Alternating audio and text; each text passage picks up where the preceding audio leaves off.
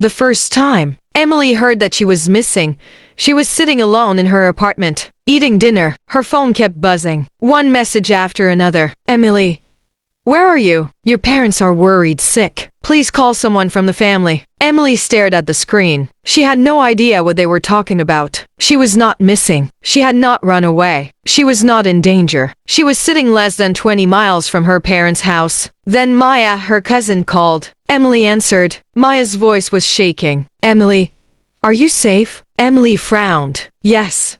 Why? There was a long silence. Then Maya whispered, your parents told everyone you disappeared. Emily stopped breathing for a moment. What? They said you left without telling anyone. They said they haven't heard from you in months. Emily slowly put down her fork. That isn't true. I know, Maya said, but everyone believes them. Emily looked toward the window. For the first time, she understood why her parents had stopped calling her. They hadn't been worried. They had been telling people a story. And that story had started after one simple thing happened. Emily stopped sending money home. 3 months earlier, Emily had sat at the same kitchen table where she was now sitting alone. Her laptop was open. Her bank account was on the screen. For years, Emily had worked long hours and sent money to her parents every month. Sometimes it was $500. Sometimes it was $1,000. Sometimes even more. Her parents always had a reason. The house needed repairs. Her father needed medicine. The electricity bill was overdue. Her mother needed money for an emergency. Emily never complained. She believed that helping her parents was part of being a good daughter. But over time, something changed. Her parents stopped saying thank you. They started expecting the money. Then they started demanding more. One evening, Linda called her. Emily, you need to send another $800. Emily looked at her nearly empty savings account. Mom, I can't. Linda became silent. Then her voice changed. You can't? I have rent, bills, and I need to pay my own loan. Richard took the phone. Emily, family comes first. I know, Dad, but I have been helping for years. You're acting selfish. Those words hurt more than Emily expected. She had spent years sacrificing her own future. She had delayed buying a home. She had stopped traveling. She had even postponed plans to start her own small business. All because she believed her parents needed her. But that night, something inside her finally broke. I won't be sending money this month, she said quietly. Richard hung up. No goodbye. No understanding. Nothing. The next morning, Linda sent a message. After everything we did for you, this is how you repay us. Emily didn't answer. For the first time, she chose herself. She thought the worst part would be the guilt. She was wrong. The worst part came 3 weeks later. Maya told her that the family had been told Emily had disappeared. Emily couldn't understand it. Why would they say that? I don't know, Maya replied. But your mother has been telling everyone that you suddenly stopped answering calls. Emily almost laughed. Her parents knew exactly why she stopped answering. She had told them. She simply stopped giving them money. Then Maya said something that made Emily's stomach tighten. Emily, they showed people old pictures of you. They're acting like they're searching for you. Emily stared at the wall. Her parents were pretending she was missing. But why? What did they gain from making everyone believe their daughter had disappeared? That question stayed in Emily's mind all night. The next morning, she opened her old bank records. She wanted to understand where all her money had gone. She started checking every transfer she had made to her parents. Thousands of dollars, then tens of thousands. She expected to find ordinary family expenses, but one payment caught her attention. It was much larger than the others, and the description was strange. Emily had never seen it before. She opened the transaction details. Her eyes widened. The money had not gone directly to her parents. It had gone to a different account. An account connected to a name she didn't recognize. Emily checked the date. It was from nearly 2 years earlier. She searched her emails. Nothing. She checked her messages with Linda. Still nothing. Then she noticed something even stranger. The payment had been made shortly after her mother had told her there was a medical emergency. Emily remembered that day clearly. Linda had cried on the phone. She had said her father was in serious trouble. Emily had sent the money immediately, but the records showed something else. That money had never been used for medical care. Emily leaned closer to the screen. Her heart began beating faster. Then she noticed another payment. Same account. Same strange name. And then another. Emily whispered, "What did you do with my money?" She kept scrolling. There were more transactions. Far more than she expected. Suddenly, her phone buzzed. It was Maya. Emily answered. Maya didn't say hello. She only asked one question. "Emily, have you ever signed anything for your parents?" Emily froze. "No." Maya took a shaky breath. "Then you need to see what I just found." Emily's face went pale, because whatever Maya had discovered could explain exactly why her parents wanted everyone to believe that their daughter had disappeared. Emily drove to Maya's apartment before sunrise. She barely slept that night. Maya was waiting by the window when Emily arrived. She looked nervous. As soon as Emily walked inside, Maya locked the door. "What did you find?" Emily asked. Maya placed a folder on the table. "I found this in some old family papers." Emily opened it. The first page looked like a normal financial document. Then she saw her own name, her full name, her date of birth, and an old address. Emily stared at the page. "I never signed this." "I know," Maya said. Emily turned the page. There were details about a financial agreement she had never heard of. The document appeared to connect Emily to a large family debt. Her hands began to shake. Why would my parents do this? Maya didn't answer, because neither of them knew the full truth yet. Emily took pictures of every page. Then she asked Maya where she had found it. "My mother gave me a box of old papers last week," Maya explained. "She told me to throw some of them away. This was inside." Emily looked down at the document again. A terrible thought entered her mind. Maybe the money she had been sending home was not being used for bills. Maybe it was being used to cover something much bigger. For years, her parents had made her feel guilty whenever she questioned them. They had always said the same thing. Family comes first. Emily suddenly wondered if those words had been used to control her. She remembered every phone call, every emergency, every time her mother cried, every time her father told her she was responsible for the family. Emily had believed them. Now she wasn't sure what had been real. Maya touched her arm. "You need to be careful." Emily nodded. "I won't confront them yet." That decision changed everything. Instead of calling her parents, Emily started checking her own records. She found more unusual payments. One was made after her father claimed the house needed urgent repairs. Another was made after her mother said she needed money for medical treatment. A third was sent after Richard said he had lost money in a business deal. But the amounts didn't match the stories, and the same unfamiliar account appeared again and again. Emily felt sick. Then she discovered something even worse. The account was connected to a small company. The company's registered address was not her parents' home. It was another property. Emily searched the address. She recognized the location. It was a building her father had once mentioned. He had told Emily it was an old property that belonged to someone else. Why was his name connected to it? Emily saved the information. She knew she was getting close to something. But then her phone rang. It was Linda. Emily almost didn't answer. Finally, she did. Her mother's voice sounded broken. "Emily?" Emily stayed silent. "Where are you?" Linda asked. Emily looked at Maya. "You've been telling people I'm missing." There was silence. Then Linda began crying. "We were scared." "No," Emily said calmly. "You knew exactly where I was. We didn't know what else to tell people." "Why did you tell them I disappeared?" Linda's voice became angry. "You stopped talking to us. I stopped sending money. That isn't the same thing. It was for you." Linda suddenly became quiet. Then she said something Emily would never forget. "You have no idea what you've caused." Emily's heart dropped. "What does that mean?" Linda ended the call. Emily stared at the phone. Maya looked worried. "What did she say?" Emily repeated the words. Maya shook her head. "She sounds afraid." Emily looked at the folder. Maybe Linda wasn't afraid of losing her daughter. Maybe she was afraid Emily would discover the truth. That evening, the family held a small gathering at Richard and Linda's house. Emily wasn't invited, but Maya went. She secretly told Emily what was happening. Richard stood in front of relatives with tears in his eyes. He told everyone that Emily had abandoned the family. He said she had become distant. He said they had tried everything to find her. Then he showed everyone an old photograph of Emily. Several relatives started crying. One aunt called Emily selfish. Another said she should come home. Emily listened to everything through Maya's phone. Her hands were cold. For years,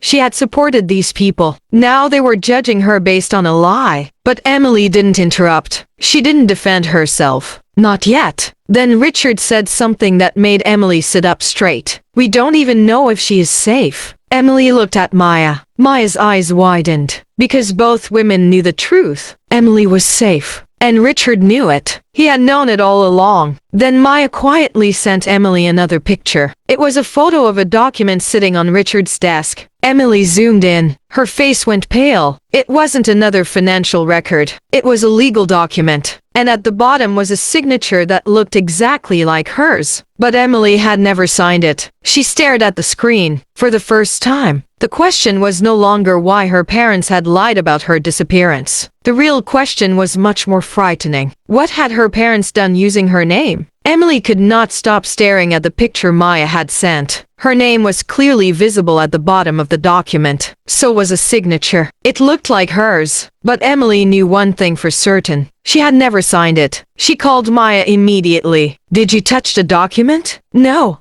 Maya said. "I only took the picture." "Where is it now?" "On my uncle's desk." Emily closed her eyes. For years, she had trusted her parents with everything. Her money, her personal information, even copies of important documents. Now she wondered if that trust had been the biggest mistake of her life. The next morning, Emily contacted a professional who could review the documents. She did not tell her parents. She did not tell most of the family. She only wanted facts. The answer came 2 days later. The signature needed further examination, but the document itself was real. That was enough to frighten Emily. Someone had used her name in a financial agreement. And if the document was connected to debt, Emily could possibly be blamed for money she had never borrowed. She felt trapped. For the first time, she understood why her parents had created the story about her disappearance. They could tell people she had run away. They could say she was irresponsible. They could even blame her if something went wrong. Emily sat alone in her apartment that night. She looked at the walls. The place suddenly felt too small. Her parents had spent years making her believe she owed them everything. Now they had turned that guilt into something much more dangerous. Her phone buzzed. It was another message from Linda. "Please come home. Your father is not well." Emily almost replied. Then another message arrived. "We are still your parents." Emily stared at it. She remembered all the times she had heard those words. Whenever she questioned them. Whenever she said no. Whenever she tried to save money for herself. The words had always ended the conversation. This time,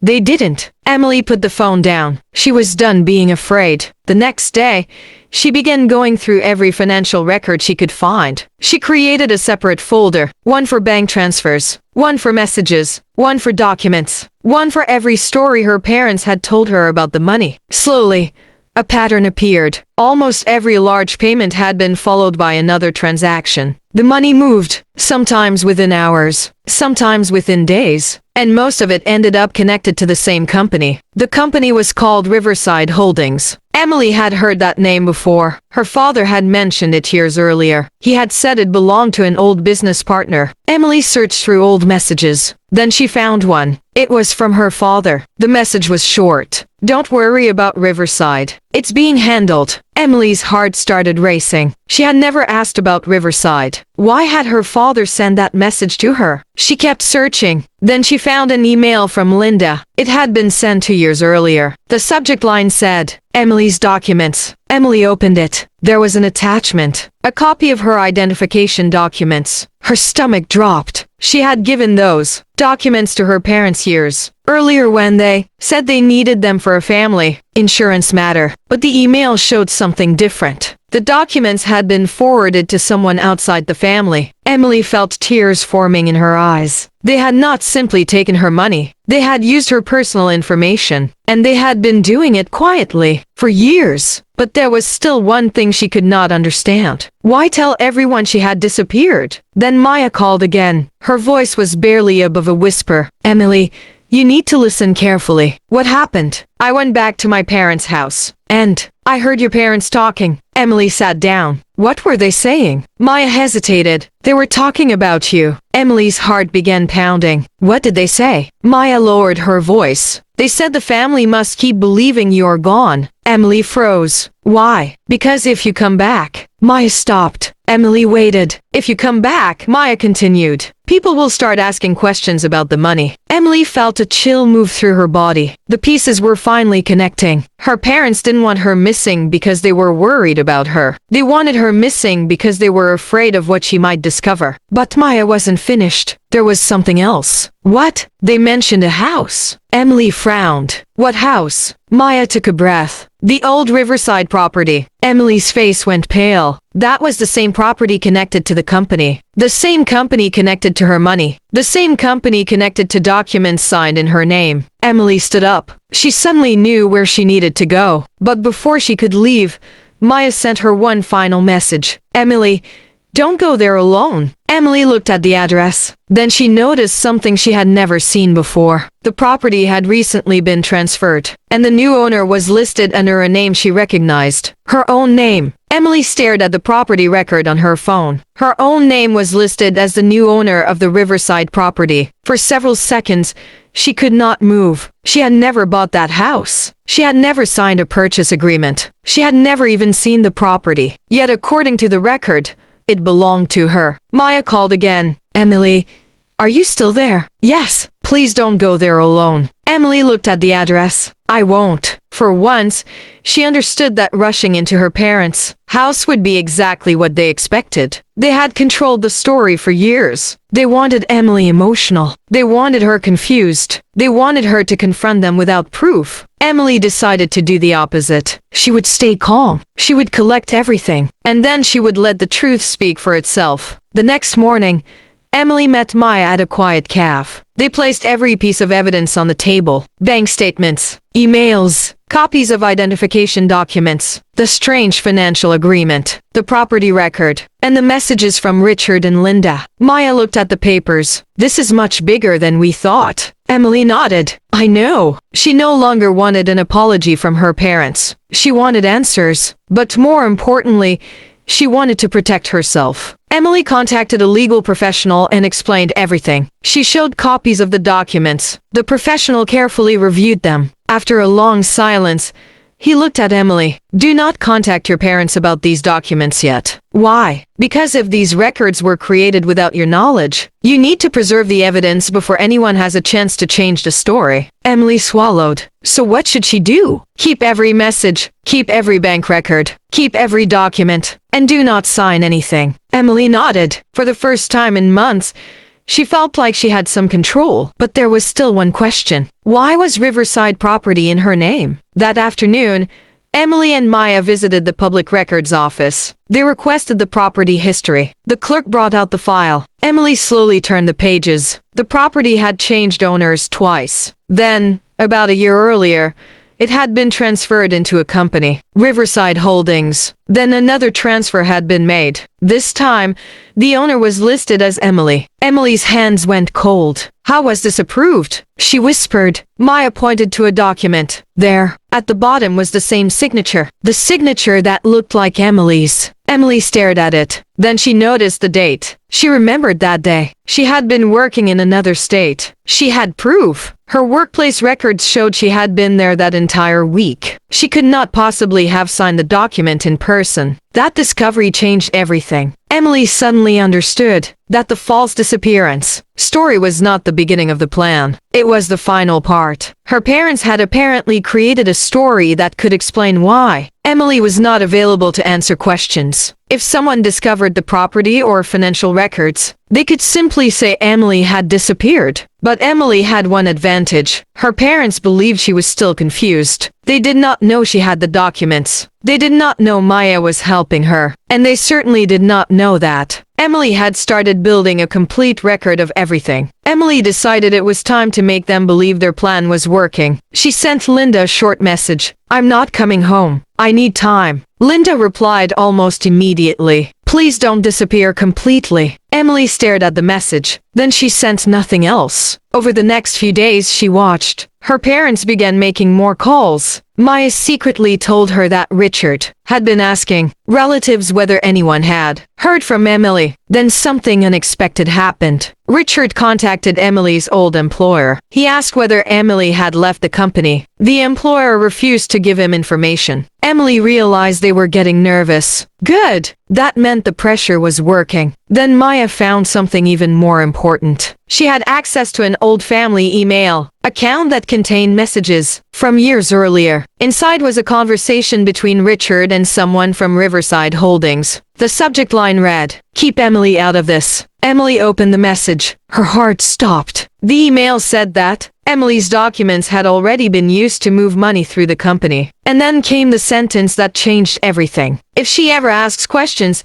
the family will say she left on her own. Emily read it twice, then a third time. Her parents had planned this story. It wasn't a desperate lie. It was a backup plan. Emily slowly closed the laptop. She could finally see the whole picture, but she wasn't ready to expose them yet. There was still one piece missing. She needed proof that would leave them nowhere to hide. That night, Maya received another message. It came from Linda. Linda was asking Maya to meet her alone. Maya looked at Emily. What should I tell her? Emily thought for a moment. Then she smiled sadly. Tell her you'll meet her. Maya looked surprised. Why? Emily gathered the documents. Because if my mother wants to talk without the family around. She looked at the evidence on the table. She might finally tell us the truth. But neither Emily nor Maya knew that Linda had already suspected they were investigating, and she had prepared something of her own. Maya met Linda the next afternoon. Emily stayed nearby, watching from a distance. Linda arrived alone. She looked tired. For the first few minutes, she said nothing. Then she looked at Maya and asked, "Has Emily contacted you?" Maya kept her face calm. "She has." Linda's expression changed. "Is she coming back?" "I don't know." Linda looked down at her hands. She doesn't understand what happened. Maya almost laughed. "What happened?" Linda looked up. "You think your aunt and uncle wanted to hurt her?" Maya said nothing. Linda continued. "They were trying to protect the family." "From what?" Linda hesitated. Then she whispered, "From your father." Maya froze. This was not what she expected. Linda had spent months protecting Richard. Now she was blaming him. "Tell me everything," Maya said. Linda looked around. Then she lowered her voice. "Your uncle made decisions without telling me." "What decisions?" "He borrowed money." "How much?" Linda shook her head. "I don't know." Maya knew she was hiding something. Then why was Emily involved? Linda's eyes filled with tears. Because Richard used her name. Maya's stomach tightened. So Emily was telling the truth. Linda nodded. But before she could say more, her phone rang. She looked at the screen. "Richard." Linda immediately stood up. "I have to go." "Wait." But Linda walked away. Maya watched her leave. Then she immediately called Emily. "You were right." Emily listened carefully. "Linda admitted that Richard used your name." Emily closed her eyes. There it was. The confirmation they needed. But Maya had one more thing. Linda also said something strange. "What?" She said Richard borrowed money. Emily frowned. "How much?" She didn't say. That night, Emily and Maya went through the documents again. They discovered several payments connected to Riverside Holdings. Then they found another name, a private lender. The amount was enormous, and the loan had been secured using the Riverside property. Emily stared at the document. "So my parents borrowed money and used your name and property as security," Maya said. Emily felt a wave of anger, but she stayed calm. The next morning, Emily made copies of everything. She also arranged for the evidence to be safely stored. Then she did something her parents would never expect. She contacted the family, not privately, everyone. She sent one message to the family group chat. "I am not missing." The chat went silent. Then messages started appearing. "What? Emily? Where are you? Are you safe?" Emily waited. Then she sent another message. "I have proof." Richard called immediately. Emily ignored it. Linda called next. She ignored that too. Then Richard sent a message. "Come home. We can fix this." Emily looked at the screen. For years, those words would have made her run home. Not anymore. She replied, "You had years to fix it." Then she attached one document. The room went silent. It was the financial agreement with her name on it. Then she attached the email that said, "If she ever asks questions, the family will say she left on her own." The family group exploded. People demanded answers. Richard tried to explain. He claimed the email was taken out of context. Then Maya sent the next piece of evidence. The property record, the bank transfers, the messages, everything. One by one, the story Richard and Linda had created began falling apart. But Richard still had one weapon. He called Emily. This time she answered. His voice was cold. "You have no idea what you're doing." Emily stayed quiet. "You are destroying your own family." Emily finally spoke. "No, Dad." Her voice was calm. "You did that." Richard became furious. "You think people will believe you?" Emily looked at the evidence on the table. "They already do." Richard went silent. Then Emily heard another voice in the background.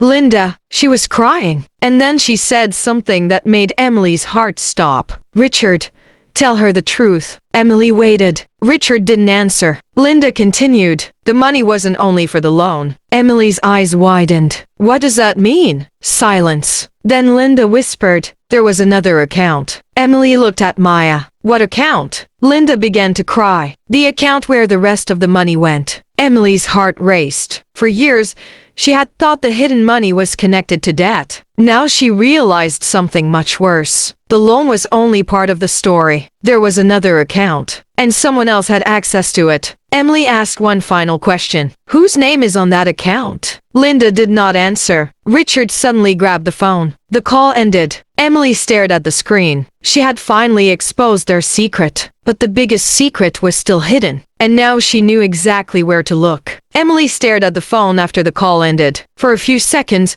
she said nothing. Maya sat across from her. "So," Maya asked quietly, "what do you think is in that account?" Emily shook her head. "I don't know." "But your mother sounded terrified." Emily looked at the documents spread across the table. For months, she had been searching for one clear answer. Now she had found something bigger than she expected. There was another account, and someone else had access to it. Emily decided not to call her mother again. Instead, she followed the financial trail. Then Emily placed a final document on the table. "This is the email where you discussed telling everyone I had disappeared." Richard's face changed. He had nothing to say. One relative looked at Linda. "You knew about this?" Linda started crying. "I was scared." Emily looked at her. "Scared of what?" Linda couldn't answer. Richard finally spoke. "We were trying to protect the family." Emily shook her head. "No, you were protecting yourselves." That sentence ended the argument. The family finally understood what had happened. Emily had not disappeared. She had not abandoned her parents. She had not become selfish. She had simply stopped allowing herself to be used. The consequences came quickly. The financial records were reviewed. The documents connected to Emily were challenged. The property issue was formally addressed. And the people who had once believed Richard and Linda began distancing themselves. Their perfect family image was gone. But Emily did not celebrate. She had imagined revenge many times. She had imagined shouting. She had imagined making them feel the same pain they had caused her. Instead, she discovered something better. She no longer needed their approval. She no longer needed to prove that she was a good daughter. She knew the truth. And now everyone else knew it too. Months passed. Emily moved into a new apartment. She started saving again. She returned to the plans she had abandoned years earlier. And slowly, her life became her own. Then one evening, her phone buzzed. It was a message from Linda. Emily opened it. "Can you please help with one last payment?" Emily stared at the words. For a moment, she remembered the old Emily. The daughter who would immediately open her bank account. The daughter who felt guilty saying no. The daughter who believed love meant sacrifice. But that girl was gone. Not missing. Not broken. Just finally free. Emily deleted the message. Then she placed her phone on the table. She looked around her new home. No demands. No guilt. No lies. Just peace. For years, her parents had told everyone that Emily disappeared. In the end, they were right about one thing. The daughter they could control really had disappeared. Because she had been replaced by a woman who knew her worth. And that was the one thing her parents could never take from her again.